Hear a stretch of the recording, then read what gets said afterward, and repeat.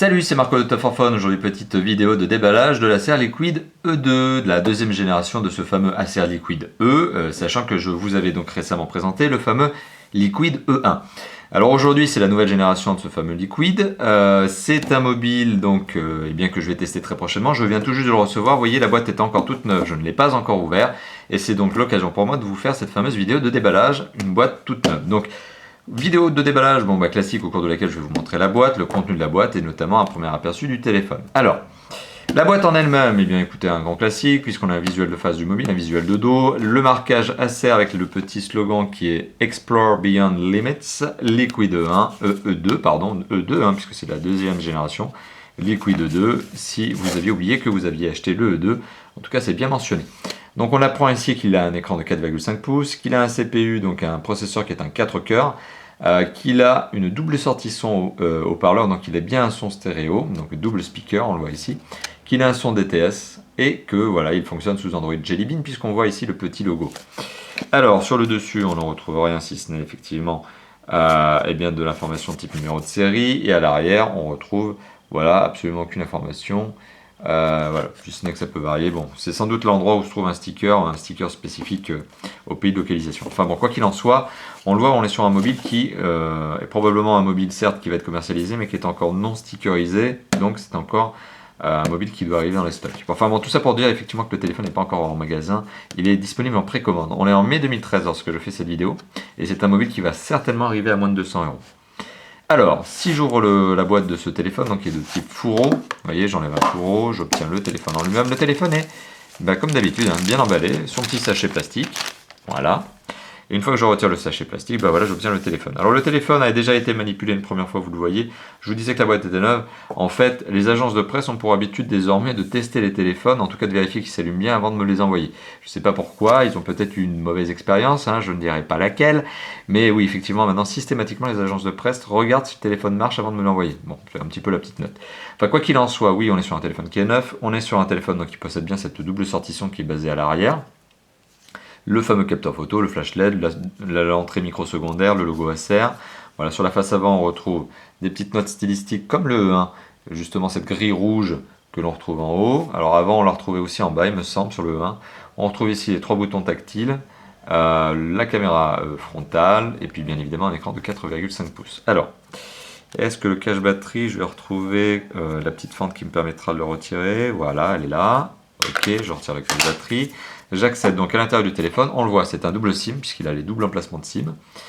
Il s'agit effectivement d'un téléphone qui est doté d'une batterie extractible. La batterie extractible, alors on va essayer de retrouver la capacité de cette dernière, est une batterie quand même sympathique, 2000 mAh, c'est pas rien, c'est un bon point. Parce que sur ce genre de téléphone en général qui ont pourtant des écrans de 4,5 pouces, on arrive encore à trouver certains constructeurs qui font des batteries de 1500 mAh, ce qui est un peu idiot.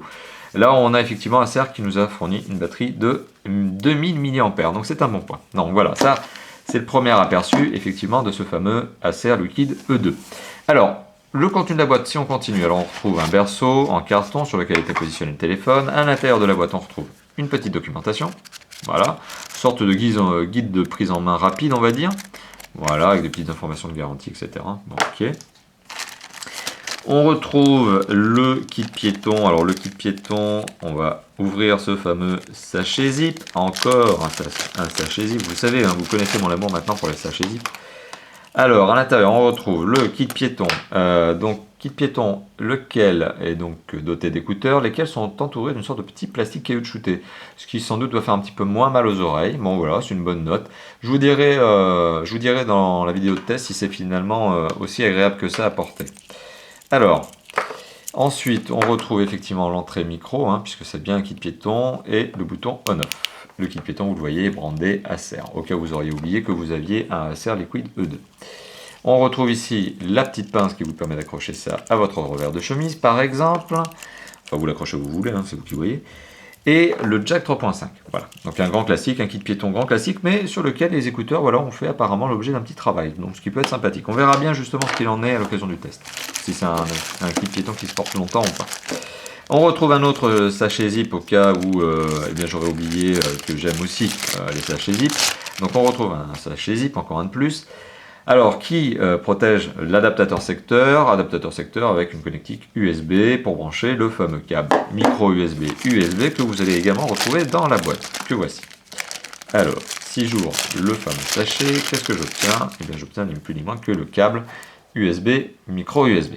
Voilà, donc petit récapitulatif de ce que l'on retrouve dans la boîte du Acer Liquid E2. Alors, on retrouve le câble USB, micro USB, on retrouve l'adaptateur secteur, on retrouve un kit piéton avec des écouteurs un peu originaux. On retrouve la documentation, bon, le tout est emballé dans des jolis petits sachets zip, lesquels sont en dessous d'un petit berceau en carton, sur lequel on retrouve le téléphone emballé dans un sachet plastique, et le tout dans un fourreau. Voilà, donc c'était la vidéo de déballage du Acer Liquid, puisque c'est bien comme ça qu'il s'appelle, Liquid E2. Un mobile tout neuf, tout beau, tout nouveau, qui remplace donc le E1, et qui va sans doute, je pense, faire un assez bon succès commercial, en tout cas qui va être doté d'un vrai succès commercial, je le pense en tout cas, vu son positionnement prix et en tout cas ses spécifications sur le papier. On verra bien ce qu'il en est lors du test, on verra si ce téléphone répond à ses promesses, voilà, s'il tient ses engagements. Voilà, merci d'avoir visionné donc la vidéo de déballage du Acer Liquid E2, le test arrivera dans une semaine environ. À bientôt, ciao ciao.